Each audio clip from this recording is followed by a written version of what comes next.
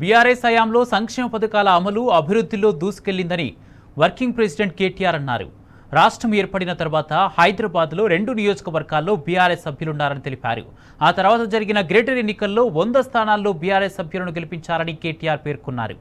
కేసీఆర్ నాయకత్వంలో సిటీ అభివృద్ధి పదంలో దూసుకెళ్లిందని, పేదలకు పథకాలు అమలు చేశామని కేటీఆర్ స్పష్టం చేశారు.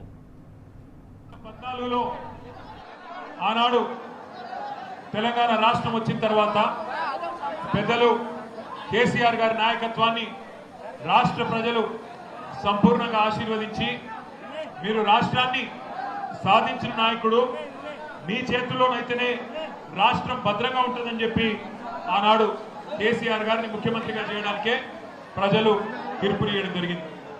కానీ గ్రేటర్ హైదరాబాద్లో ఆ రోజు మనకిద్దరే ఎమ్మెల్యేలు ఉండే.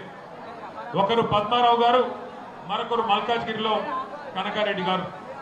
కానీ హైదరాబాద్ ప్రజలు ఎంత గొప్పవారంటే, ఎన్నిక అయిన తర్వాత, తెలంగాణ రాష్ట్రం ఏర్పడిన తర్వాత, కేసీఆర్ గారు ముఖ్యమంత్రిగా బాధ్యతలు స్వీకరించిన తర్వాత కేవలం 6 నెలల్లోనే కరెంటు సమస్యను పరిష్కారం చేసి, అప్పటిదాకా ఇంటింటా ఉన్న ఇన్వర్టర్లు, ప్రతి అపార్ట్మెంట్ లో ఉండే జనరేటర్లు, ప్రతి జిరాక్స్ సెంటర్లో కూడా కనబడే మరి ఇన్వర్టర్లు అన్నింటినీ కూడా మాయం చేసి 6 నెలల్లోనే కరెంటు సమస్య పరిష్కారం చేసి, ఆంధ్ర తెలంగాణ కాదు, హైదరాబాద్ అంటే మొత్తం మినీ భారతదేశం.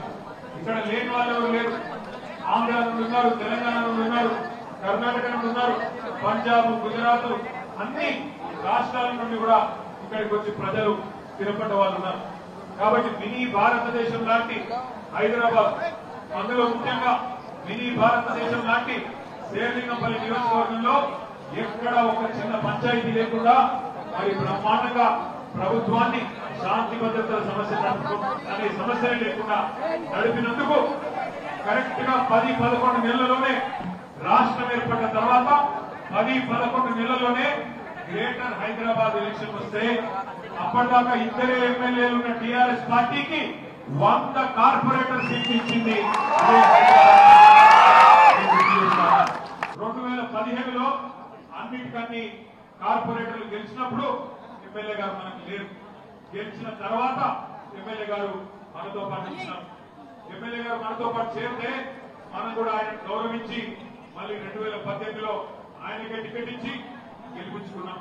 2018 ఎన్నికల తర్వాత ప్రభుత్వం వచ్చిన తర్వాత మీ శేర్లింగంపల్లి ఎమ్మెల్యే గారికి ఆనాడు క్యాబినెట్ ర్యాంకుతో సమానమైన ప్రభుత్వ విప్ పదవిని కూడా ఇచ్చి గౌరవించింది పెద్దలు కేసీఆర్ గారు.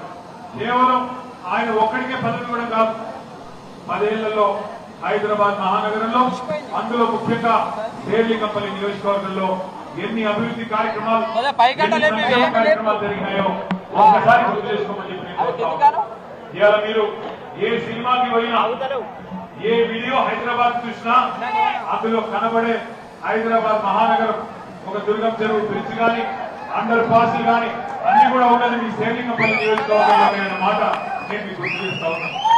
ఏ సినిమా చూసినా, తెలుగు సినిమా, అందులో ఖచ్చితంగా కనబడేది మీ శేర్లింగంపల్లి నియోజకవర్గం. చెప్పేది కరెక్టా కాదా?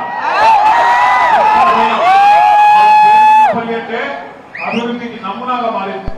శేర్లింగంపల్లి నియోజకవర్గం అంటే మొత్తం హైదరాబాద్ నగరంలో జరిగిన అభివృద్ధికి ఒక మంచు తునకగా, ఒక ఉదాహరణగా మిగతా అన్ని ప్రాంతాల్లో కూడా చెప్పుకునే విధంగా 9,500 కోట్ల రూపాయలతో, ఒకటి కాదు, 2 కాదు, ఒక్క నియోజకవర్గంలో 9,500 కోట్ల రూపాయలతో అభివృద్ధి సంక్షేమ కార్యక్రమాలు కేసీఆర్ గారి నాయకత్వంలో మనం చేసుకున్నాం.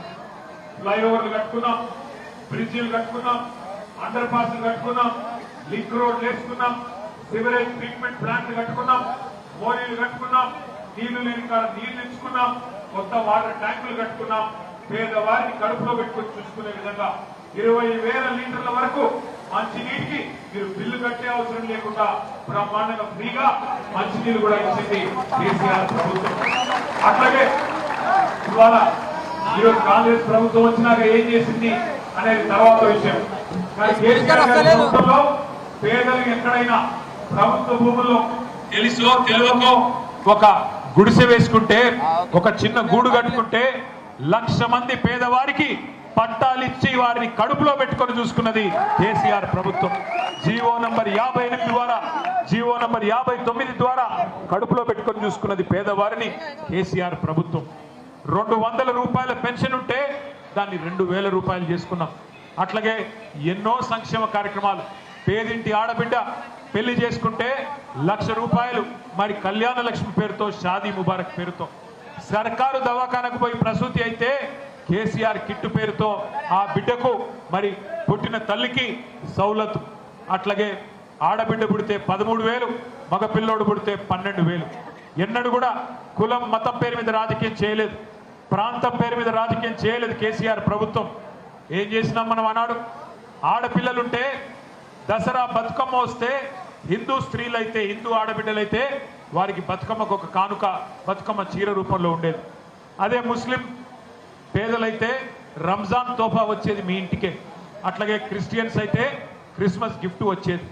ఇట్లా 10 ఏళ్ల పాటు అన్నాదమ్ముల మాదిరిగా ఏ పంచాయతీ లేకుండా, ఏ బాధ లేకుండా అభివృద్ధి, సంక్షేమం, పేదలని సంక్షేమం ద్వారా ఆదుకోవడం, నగరాన్ని అభివృద్ధి చేసి ఈ నగరం తెలంగాణకు గుండెకాయ లాంటి ఈ నగరం ఎంత ఎదిగితే తెలంగాణలోని పేదలకి అంత మేలు చేయవచ్చు అన్న ఆలోచనతో నగరాన్ని పట్టణ అభివృద్ధిలో అగ్రభాగాన్ని నిలబెట్టింది.